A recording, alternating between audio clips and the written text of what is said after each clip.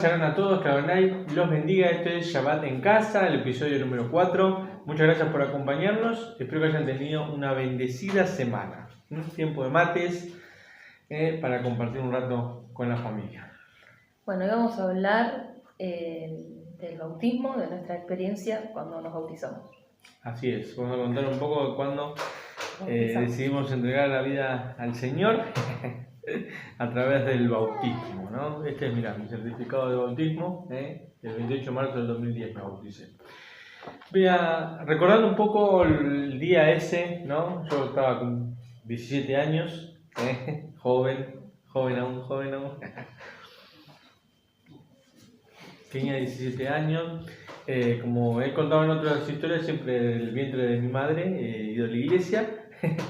Y cuando llegamos en el 2004 a Santa Teresita, nosotros empezamos a congregar en una iglesia bautista, si bien veníamos de Buenos Aires capital, de que mis papás se congregaran en una iglesia de la Alianza Cristiana y Misionera. Entonces, para este año que llegó el día de mi bautismo, mi papá fue nombrado o levantado como pastor de esa institución.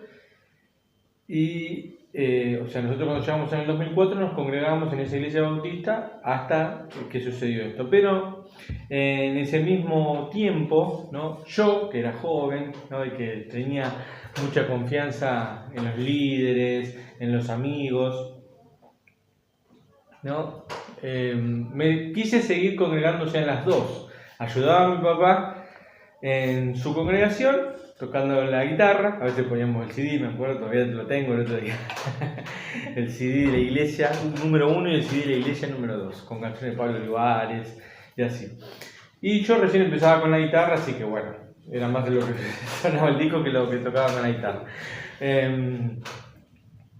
Pero me seguí yendo al grupo de jóvenes, me seguía congregando en la iglesia bautista porque, bueno, tenía mis amigos, yo no salía a ningún lado más allá del colegio y esas cosas, así que no quería dejar ese grupo que tenía de amigos, ¿no? Eso es la juventud, la juventud, ¿no? Entonces, yo estuve en el 2009 haciendo todo el ABC para bautizarme con esa iglesia, ¿no? Pero bueno, cuando papá abrió esa congregación, yo dije, bueno, prefiero bautizarme con mi papá. Y había otro chico, que era mi amigo también, que decidió también bautizarse y hizo el ABC conmigo. Yo fui a su bautismo, que fue creo que para diciembre del 2009, y salgo en la foto, todo del bautismo, después fuimos a la casa de los que eran mis líderes, ¿no? Y cuando llegó el momento de bautizarme, yo en marzo del 2010, yo los invité a todos mis amigos, a mis líderes, todos, ¿no? Quizás a los 17 años tenía la inocencia, ¿viste? De que no importara la iglesia en la que fuera, sino más bien que esto era algo que era para Dios, ¿no? Un bautismo para Dios, y que era importante que la otra persona acompañara. Entonces, recuerdo ese día estar un poco molesto porque no vino nadie de lo que eran mis amigos, ¿no? O los que eran mis líderes, Quizás no vinieron, no voy a decir porque no sé los motivos de las personas, pero quizás no quisieron venir porque era para otra iglesia, porque mi papá era el pastor, o lo que fuese, pero la cuestión es que no vinieron, ¿no? Y recuerdo haberme sentido molesto por eso, ¿no? Y no llegar a disfrutar realmente el bautismo. Pero ahora tengo que decir, pasado el tiempo y visto los años, que lo mejor que me pudo haber pasado es que me haya bautizado mi papá y que los que hayan estado presentes fueran mi familia. Porque en la foto que tengo del bautismo, que después la voy a compartir, sale mi papá, mi mamá y mi hermano, que fueron los que estuvieron en ese día y que fueron los que me acompañaron durante toda la vida. Los que eran mis amigos pasaron, los que eran mis líderes dejaron de serlo, y también dejé de tener contacto con ellos, más allá de que a veces me cruzo con algunos y saludo, ¿no? Pero las personas importantes que tenían que estar en mi vida eran, y las que están en la foto son justamente los que tenían que estar, ¿no? Y ese día me acuerdo, está en la foto también mi papá sumergiéndome al agua, casi que me ahoga. Me hubiera dejado ahí. Hay una también que ¿no? Pero eso que contaba primero era para decir que fue algo que me molestó en el momento, pero que ahora digo, qué bendición de Dios, ¿no? Poder haber compartido ese tiempo con mi familia, ¿no? Y fue un día importante porque recuerdo haber salido, ¿no? De sentir algo especial. Por eso siempre digo que bautizarse no es cualquier cosa, ¿no? Es dejar tu vida atrás, ¿no? Y que muchas veces algunas personas se apuran cuando encuentran a Dios y eso de ir y bautizarse, porque también hay mucha presión también a veces de la iglesia. Tenés que bautizar, tenés que hacer el ABC, tenés que estudiar, tenés que bautizarte, y a veces se bautizan y después pasan 2 meses, 3 meses y no lo ves más, que fue lo que pasó con el chico que había hecho el ABC conmigo, que bautizaron, estuvieron todos en ese bautismo, pero después el chico vino una temporada, empezó a trabajar y desapareció de la congregación. Entonces, eso fue un poco mi experiencia, este día lindo del bautismo. El bautismo de mi esposa es casi idéntico, fue 10 años después igual. ¿Tu experiencia, amor? Yo no invité a nadie, no tengo un mal recuerdo por eso, o algo que... No invité a nadie. Fue mi mamá, bueno, también hice previo un ABC, ¿qué le pasa? Bueno, es un momento lindo, la verdad que yo también sentí... Una vez una persona me dijo que ya había tiempo, ya que me... O hacía poco en realidad que me congregaba y me había dicho que ya era tiempo de bautizarme. La verdad que en ese momento no sentí de hacerlo. Creo que desde que me dijo eso habrá pasado 1 año o 2 y ahí me bauticé. O sea, cuando decidí bautizarme. Tomaste conciencia real claro, de lo que era el bautismo. Y fue un día lindo, especial, la verdad. Se sentía así... ¿Saliste más limpia? Claro. ¿Más blanca? En verano, así que se me fue todo el bronceado. Exactamente. Después a la noche hubo un culto así para todos los que nos habíamos bautizado. ¿Quién tocaba la guitarra? Yo. Pero hay también una anécdota linda de nosotros, que cuando vas saliendo de la playa, ¿quién estaba en el balcón que trabajaba justo en un hotel a una cuadra? ¿Quién estaba en el balcón? Tu Romeo, yo, que justo yo salí de la playa y yo no había podido ir porque trabajaba, porque yo en la iglesia, en esa que estábamos justamente, que era Jesús está aquí, de Santa Teresita, estaba domingo, lunes, martes, miércoles, jueves, también servía en la alabanza. Se podía hacer un tiempito igual. Sí, estaba trabajando, entonces no pude ir. Pero después sí estuve en el culto. Sí. Que se recuerda a mi esposa, porque yo la verdad que no me acuerdo de haber tocado, pero sí, dice que ya está tocado. Sí, así que esto era un poco lo que queríamos compartir acerca de nuestra experiencia con el bautismo, ¿no? Y que lo importante es que si uno, como decía Felipe, cuando encontró al eunuco, aquel que estaba hablando del libro de Isaías, el eunuco le dijo, hay algo que me impide, el etiopí, perdón, no el eunuco me parece, hay algo que me impide ser bautizado. Y él le dijo nada y lo bautizó en ese momento. No necesitaba ningún título, ningún ABC, ni conocerse toda la Biblia de memoria.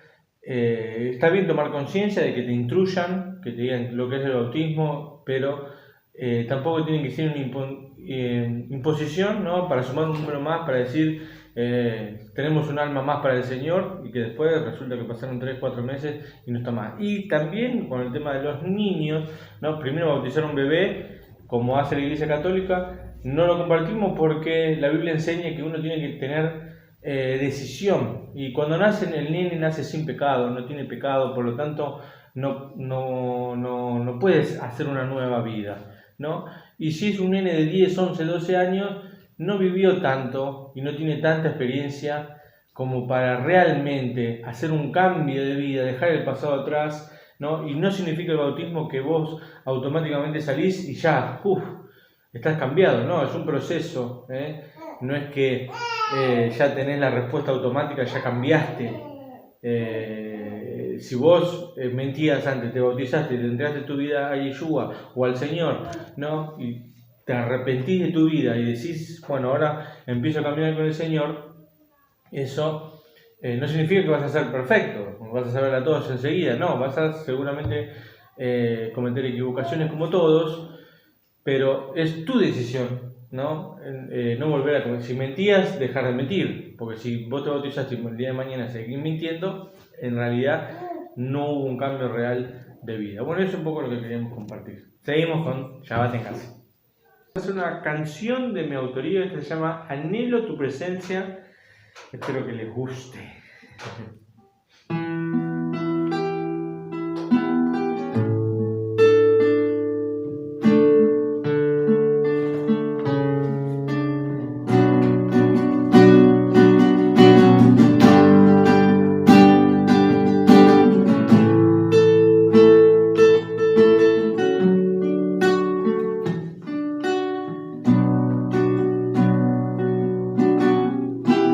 Por las noches acostado, te recuerdo y pienso en ti, porque tú eres quien me ayuda. Soy feliz a tu lado, mi vida entera está unida a ti.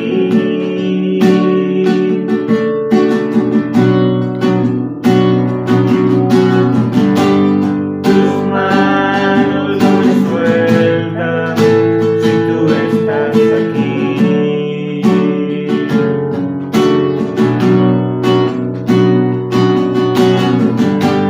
Porque estoy enamorado de lo que haces en mí, y no creo que haya nadie que me ame igual a ti. Anhelo por tu presencia en medio de la calle. Me pregunta dónde irás. Yo le digo eso es mentira. Tú siempre vas a estar. No habrá quien pueda lastimarme.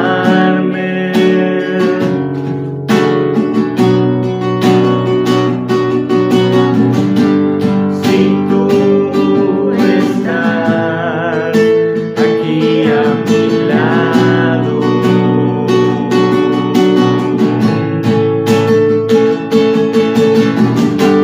porque estoy enamorado de lo que haces en mí, y no creo que haya nadie que me ame igual a ti. Porque estoy enamorado de lo que haces en mí, y no creo que haya nadie que me ame igual a ti. Anhelo por tu presencia, anhelo por tu presencia, anhelo por tu presencia.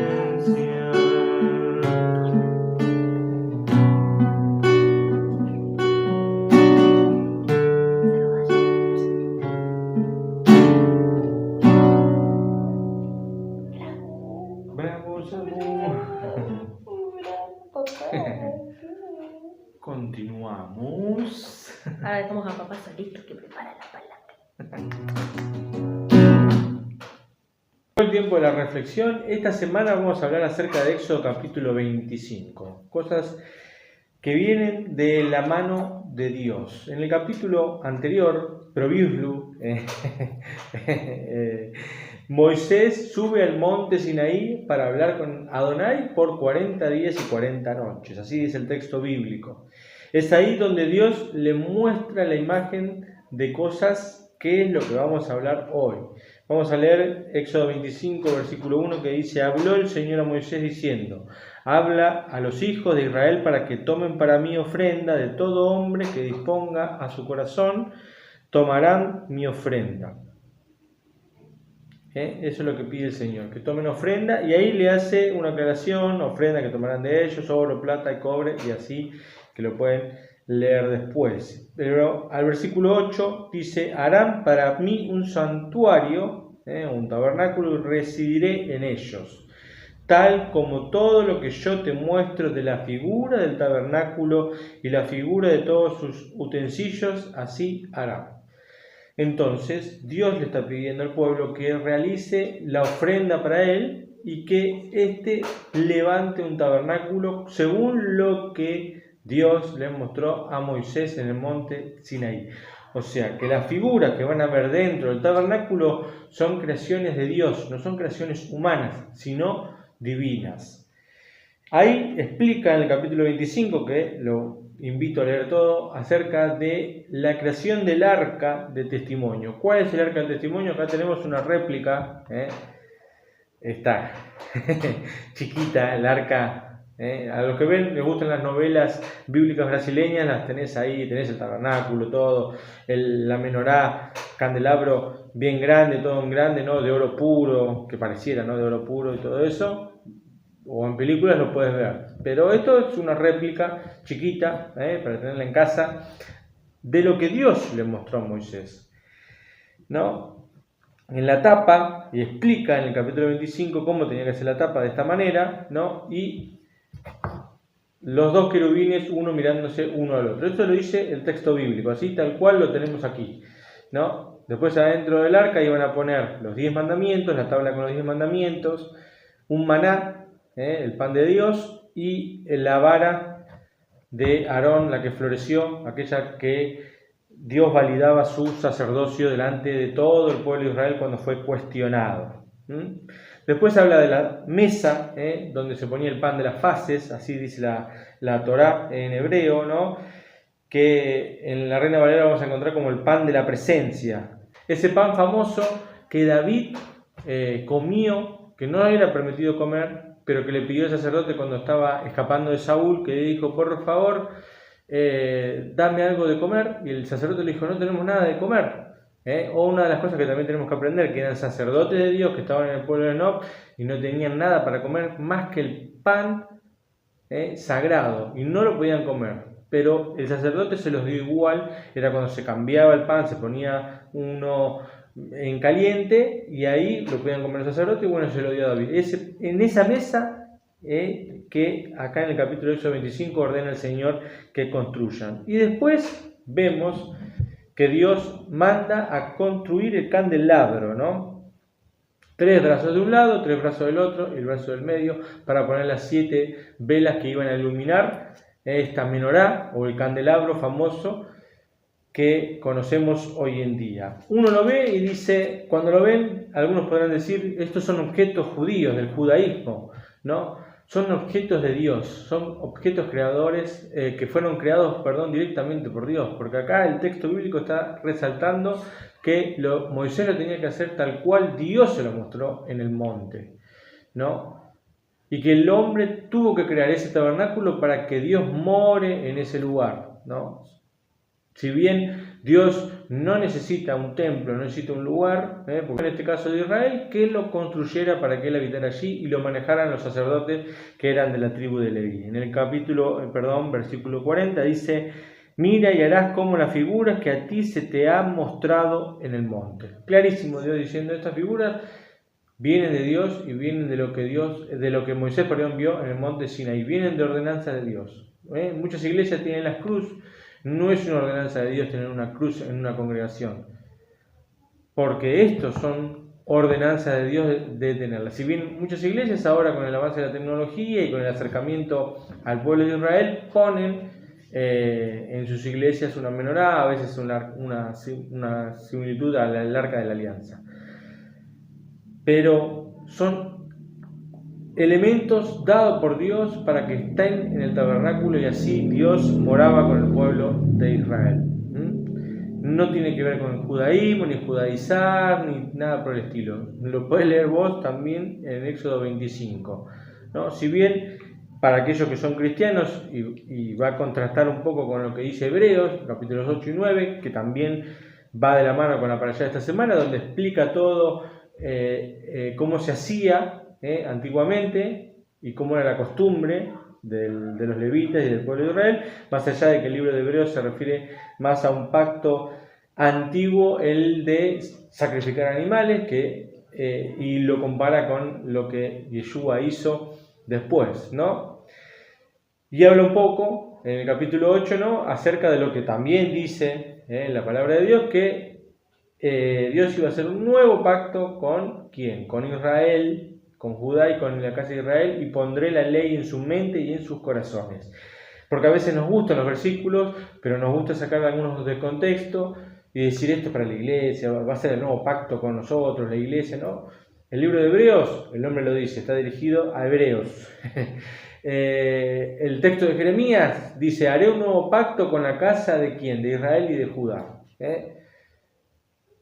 Y pondré la ley en sus mentes y en sus corazones. Eso era un poco lo que quería compartir en el día de hoy, acerca de la importancia de la palabra de Dios y acerca del arca, de la mesa donde estaba el pan de la presencia y del candelabro y menorá, que a veces la tenemos aquí y compartimos siempre desde hace tiempo. Son imágenes y figuras que Dios le proveyó a Moisés. Esto lo vio Moisés en el monte Sinaí cuando estuvo 40 días y 40 noches. El pueblo se preguntaba, ¿qué está haciendo Moisés? Que no baja. Bueno, ya sabemos lo que hizo el pueblo.